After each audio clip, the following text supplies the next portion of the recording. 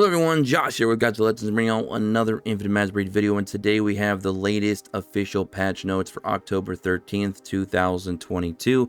Now, there's not really anything in these patch notes. They're pretty empty, to be honest, outside of the 3 new heroes that we're getting, which we've already discussed in the patch note previews.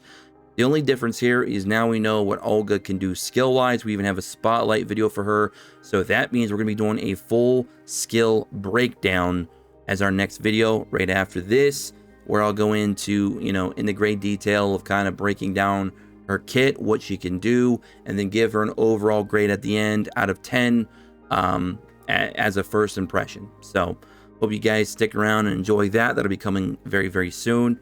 Probably not too long after you see this video. It should be right there. So definitely check it out. But anyways, so we got the new legend Olga. We'll go over her skills real quick. We'll do a quick little brief overview.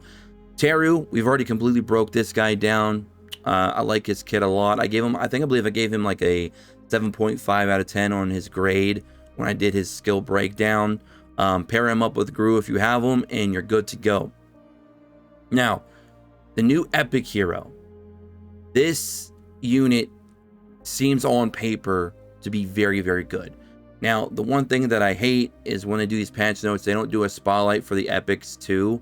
So I don't know yet until they add her to the game itself later on after the actual patch, obviously, which isn't too much longer from now, but I just like to have that information readily available. But anyways, when we do get that information, I'll probably go ahead and give that unit a full breakdown as well. If you'd like, let me know in the comment section below if you'd like to see something like that, because I do like to break these units down. It's a lot of fun. But outside of not knowing what the modifiers are on all the skills exactly in terms of like chance for things to go off and trigger, skill up percentages, etc., we do know the baseline skill set that she does have, and it seems very, very good. We also, of course, don't know what her base stats are, so again, we'll have to see later on. But on the surface, on paper, she looks really good, and we are going to kind of talk about those skills a little bit here. We're probably going to spend most of our time in this video talking about her, but let me quickly do a overview of Olga. Olga is a legend, Holy Light Parliament, attack, red mark hero.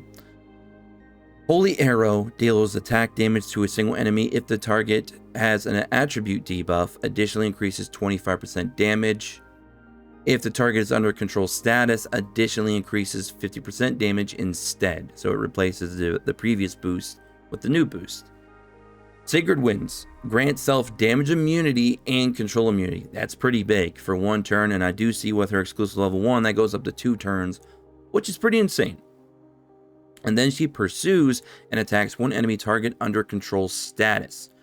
Now, if pursue works like counterattack and they both use basic abilities, that means she'd be getting that additional 50% damage boost on her skill 1 as well, because it's going to be attacking control status enemies to trigger the pursuit, and that is the requirement to get the additional 50% damage. So Sacred Winds kind of plays into the basic attack. Very nice. Light Forged Force. Say that 10 times fast. Holy crap. Olga takes 25% less direct damage when she is attacked by heroes with countered marks. So any blue mark heroes, she will be taking 25% less damage from. Olga has a chance to pursue and attack 1 time after an ally casts skills that deal damage proactively. Does that mean other units that also have pursuits or maybe counterattacks or anything like that allows them to do additional attacks? Is that what they're saying there? That's what my understanding of it is. Again, I haven't seen a spotlight video yet. We'll probably break this down and go more into detail, obviously, in that video, so definitely look forward to that. But on the surface, I think that's what that means. I could be wrong. Anyway, deals 4 stages of attack damage, each to a single enemy. The first 3 stages of attack reduces the target's turn meter by 15% each. That's 45%. That's almost half their turn meter, man. That's crazy. And the 4th stage inflicts silence for 1 turn, so it's unconditional. It does not say a chance to land silence. It says just inflicted. So it's an unconditional silence, which is a control effect, which means that'll play into her Sacred Winds and to her Holy Arrow. Okay, cool. Now, Light Forged Bow, her 3 exclusive real quick. The first one allows her to extend the duration of damage immunity and control immunity to 2 turns, which is huge. And she acts 1 extra turn after casting it. That's big. Level 2, Olga deals 20% more direct damage to Eternal, Sect, and Doom Legion enemies and takes 20% less direct damage from them. That's interesting. So we have faction-based buffs. Is that the first in the game?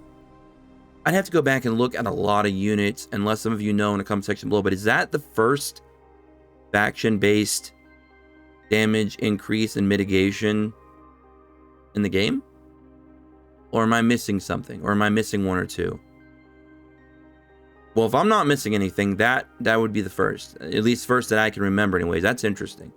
Olga pursues and attacks targets 1 time after casting Light Forged Arrow. So she's going to do her big ultimate, melting your turn meter, silencing the enemy, and then getting to go again with her, well, at least pursuit, rather. So this unit can do a lot of attacks, like a lot. She seems very interesting. Okay. Light Forged Arrow, the first 3 stages reduce turn meter by 25%. Bro. 75% turn meter reduction. So if you have an enemy that has 75% or less turn meter gauge available and she zeroes it out, the 4th stage will inflict silence that cannot be removed for 2 turns. That unit's crazy. But again, we'll break that unit down more thoroughly in her own video. Now, this is the unit I want to talk about, Synnove. Dragon Tribe. Now, this is huge. This unit has a lot of things going for it right now as an epic hero. It's Dragon Tribe. It has amazing units to pair up with in Dragon Tribe. So if you're building a faction team, she's going to have a lot of good friends to play around with.